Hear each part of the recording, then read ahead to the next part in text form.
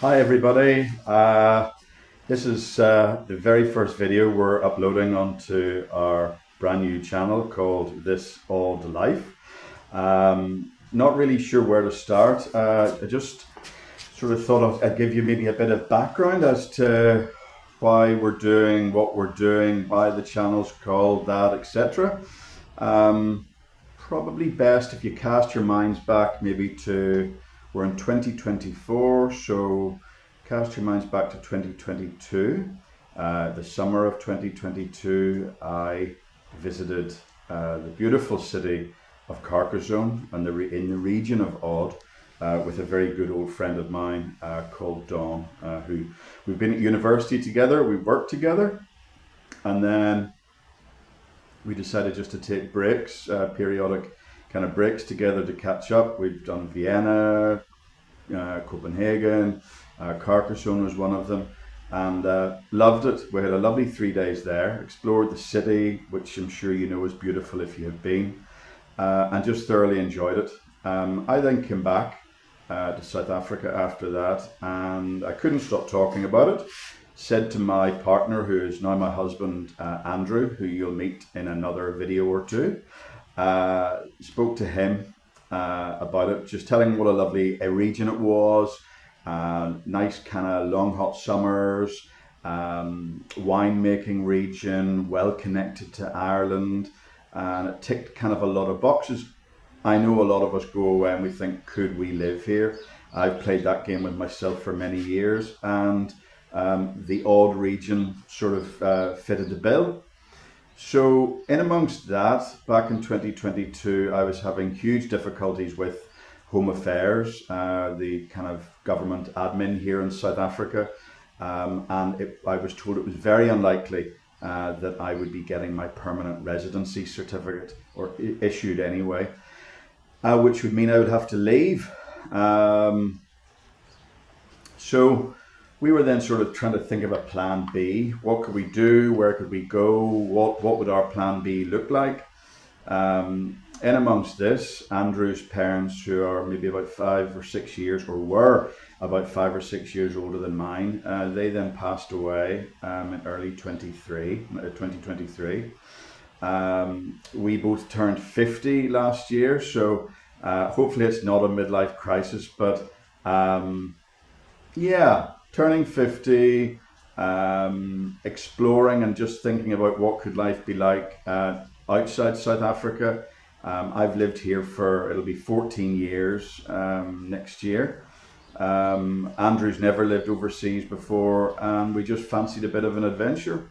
What I've been saying to people, and I don't think it's untrue, is I want to be a couple of hours from family and friends, rather than 16, which more often than not is living here.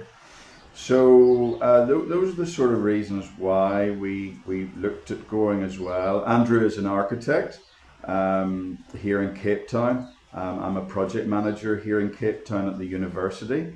Andrew is an independent architect, though does quite a bit of lecturing work for the University of Cape Town, as well as another private university. And we'd both like a change. What the change is going to be, we don't know. But we started then house hunting. Started house hunting last summer, last June. We were back in Northern Ireland, and then took a trip across to France and saw 2 or 3 places. Got a feel for what the properties were like in reality, because like so many other people, we spend a heck of a lot of time looking around online, stalking, in fact, would probably be the more accurate word. Stalking, that old property porn phrase, was very appropriate for us. Looked at a heck of a lot of sites, kind of narrowed things. Well, did we narrow things down? Not really. It was quite broad at the beginning. We had looked at Spain, we had looked at France, and we also were looking at Italy as well. Spain was very well priced, as was Italy actually, though Italy not quite as well connected to the UK and Ireland as France or Spain. We told people, we took advice. A couple of Spanish friends, one particularly good one, had warned us or cautioned us, let's say, not to maybe look at southern Spain, because that was the natural this was take advantage of the climate, and again, very well connected to Ireland, both north and south. She instead recommended the north of Spain, which we looked around as well. Again, maybe not as well connected as southern Spain. A lot greener, a lot wetter, which Andrew liked. Worried me a little bit, but I was willing to kind of go along with it. But in the end, I think just by visiting France, we both, as I say, we saw a couple of houses last year. We actually ended up putting an offer in on one of them in a village, small village called Pomas, about 20 minutes south of Carcassonne, village of about maybe 800 or 900 people. And we put an offer in that house actually, on the strength of, we had a couple of buy-to-let cottages here in South Africa, which we thought we had sold and thought we had the money more or less in our back pockets, and could easily just put a cash offer in on this house. It was a project, it had plenty to do, but tons of character, well connected to a reasonably sized city and an airport as well, with a daily flight to Dublin. So we thought, this could be it. But in the end, someone came in, they gave more than the asking price and blew us out of the water, and it didn't happen. But as they say, everything happens for a reason. And as it turned out, the buy-to-let cottages that we thought we had sold here in South Africa, that sale fell through, so we didn't have the money to go ahead and actually buy the buy the house in Pomas in France.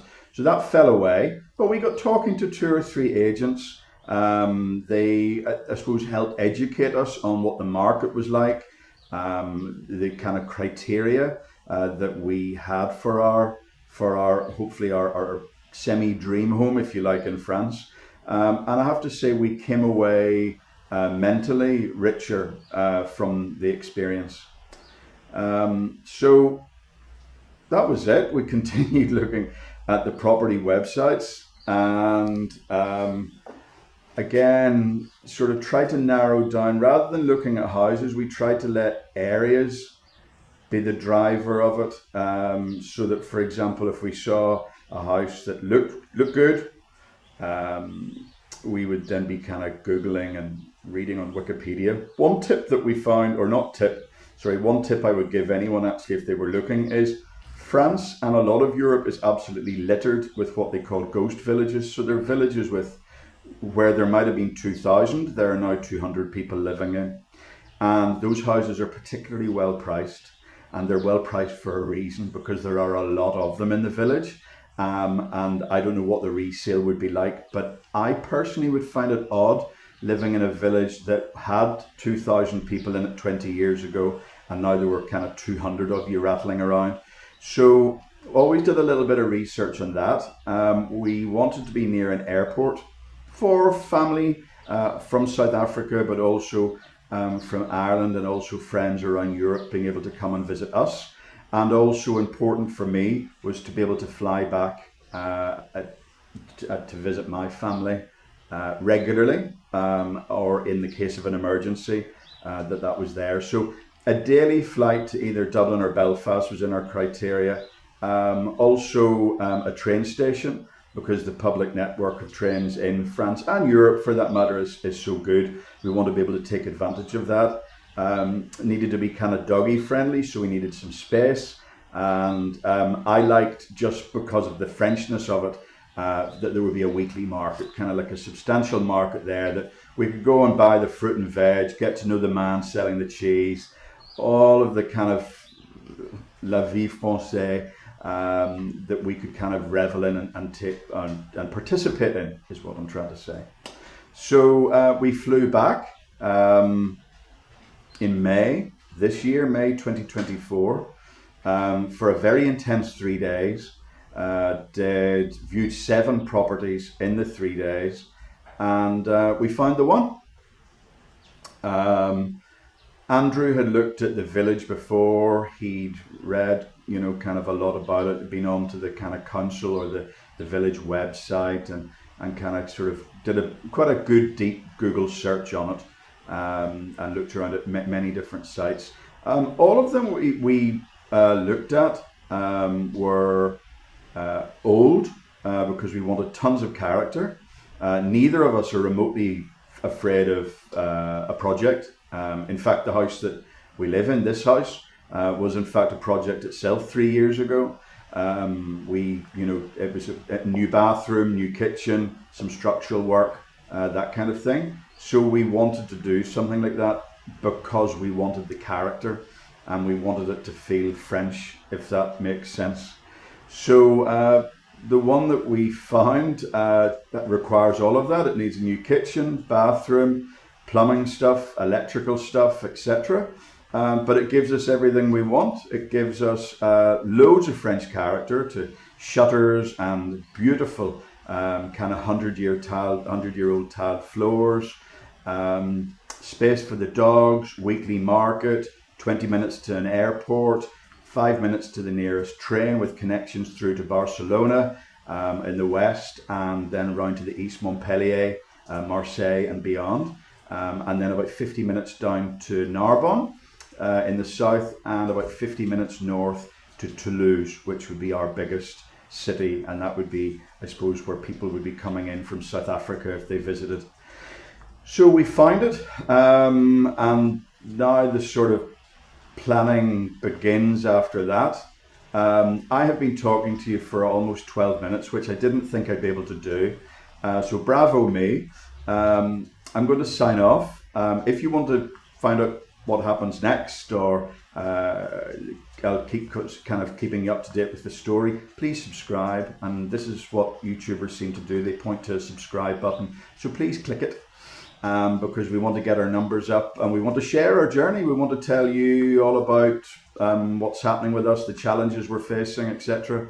And the trials and the tribulations as well. Hopefully more tribulations than trials, but it's life, and these things are thrown at us. But we're up for the adventure, and we want you to come along too. So yeah, please subscribe, and I'll see you next time. Thanks. Bye.